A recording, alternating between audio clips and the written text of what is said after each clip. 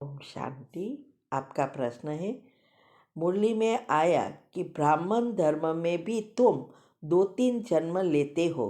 कोई हिसाब किताब रह गया है तो 2-3 जन्म लेते हैं और संस्कार एक ब्राह्मण जन्म के होते हैं तो तुम फिर से सच्चे सच्चे ब्राह्मण कुल में आ जाएंगे। ये कैसे है कि अगर हम बाबा के बने और शरीर छूट जाए तो फिर से हम बीके बनेंगे क्या? उत्तर है, देखो, ये संगम युग पर हम हमारे हिसाब किताब चुकतू करते हैं और सारा मदार हमारे कर्म पर है।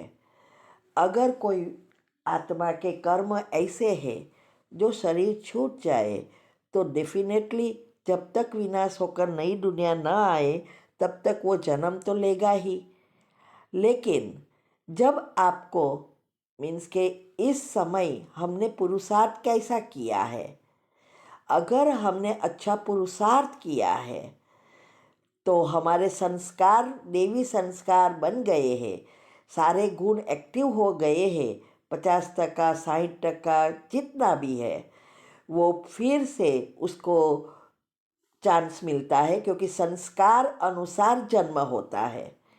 इसीलिए बाबा कहते हैं कि उसको फिर ब्राह्मण कुल में जन्म मिल सकता है और सच्चे ब्राह्मण बन सकते हैं, माना आगे बढ़ सकते हैं। तो ये हम जब शरीर छोड़ते हैं तब हमारे पुरुषार्थ कैसा है उस आधार पर जन्म भी होगा। अगर हम बीके के घर में नहीं हो जन्म लेते तो कोई ना कोई ऐसी निमित्त आत्मा द्वारा हम बाबा के घर तक पहुंच जाएंगे।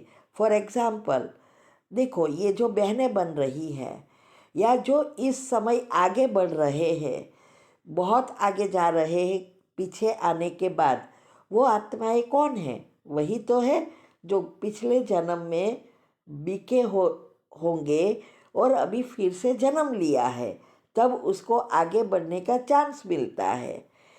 इसीलिए किस अवस्था में हम शरीर छोड़ते हैं, कैसे संस्कार बनाए हैं, उस अनुसार हम जन्म लेंगे। दूसरा ये भी है, विनाश के समय जब श्री कृष्ण बड़े होते हैं, उस 30 साल के बीच जो रौरव नरक है, उस समय भी कोई कोई ऐसे जन्म ले सकते हैं। बाबा कहते हैं ना, 15-20 जन्म भी हो सकता है, क्योंकि वो समय सिर्फ भोगना का है। हमारे तो इतने जन्म नहीं होंगे क्योंकि हमारे ऐसे पाप नहीं हैं, लेकिन दुनिया वालों के अगर बहुत पाप है तो वो जन्म ना भोगना भोगना और मरना, वो ऐसा जन्म होंगे। लेकिन अभी संगम युग पर जब बाबा है और हमारा पुरुषार्थ अच्छा है तो हमें दूसरा जन्म लेके चांस मिलता है। इसीलिए 2-3 जन्म मिलता है। तीसरा ये भी है, जो एडवांस पार्टी वाली आत्माएं हैं जो ऑलमोस्ट संपूर्ण बन गई है, उसका भी स्पेशल पार्ट है। सारे संस्कार परिवर्तन हो गए हैं तो वो भी दूसरा जन्म तो लेंगे ही ना। इसीलिए कर्म किसके बीच के ऐसे है, माना द्वापर से कैसे कर्म है उस अनुसार वो जन्म लेते हैं। ठीक है। ओम शांति। प्रश्न है कि ग्लानि व डिस्टर्बेंस को सहन करना या सामना करना, अर्थात अपनी राजधानी निश्चित करना, इसको इस स्लोगन को समझना है। उत्तर है, देखो, ज्ञान मार्ग दुनिया में भक्ति मार्ग या दुनिया से समाज से अलग है, कंप्लीटली ऑपोजिट है। दूसरा, हमारे कर्म भी है सबके साथ, तो प्रॉब्लम आएंगे, ग्लानि भी होंगी, सब करेंगे। लेकिन अगर हमारे पास सहन शक्ति है, हम या सामना करने की शक्ति है, फुल स्टॉप लगाने की शक्ति है, तो वही हमारी राजधानी स्थापन हो रही है। माना हम राजधानी में माना राजा बनने के लायक है। लेकिन अगर कोई ग्लानि करे या प्रॉब्लम आए और हम डिस्टर्ब हो जाए तो राजाई घराने में आ नहीं सकते। तो यही है कि जब भी कोई सिचुएशन आए या कोई ऐसी बातें करे, कुछ भी है, अगर हम फीलिंग में आ गए तो बिगड़ गया।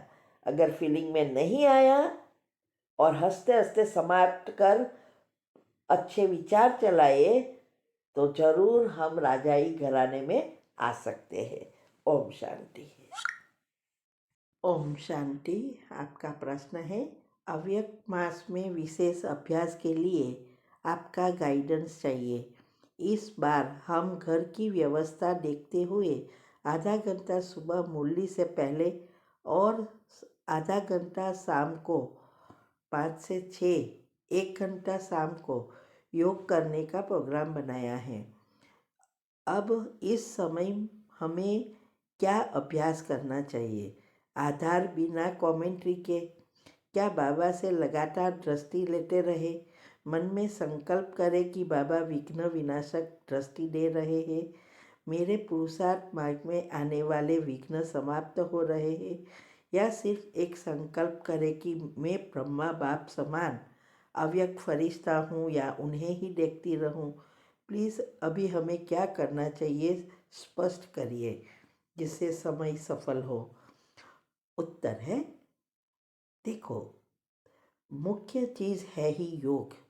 योग से ही विकर्म विनाश होते हैं, लेकिन योग के लिए चाहिए ज्ञान। तो इसके लिए हमें जो भी बाबा की श्रीमत है, दिनचर्या दी है, वो सब करनी है।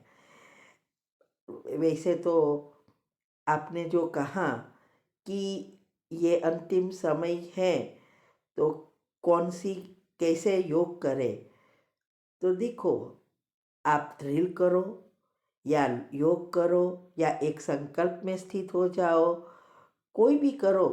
आपके योग करते समय दूसरे कोई विचार नहीं आते तो वो श्रेष्ठ योग है। दूसरा यह है कि हमें जितना हो सके उतना चिंतन कम और विजुअलाइजिंग ज़्यादा करके एक समान में स्थित रहने का पुरुषार्थ करना है।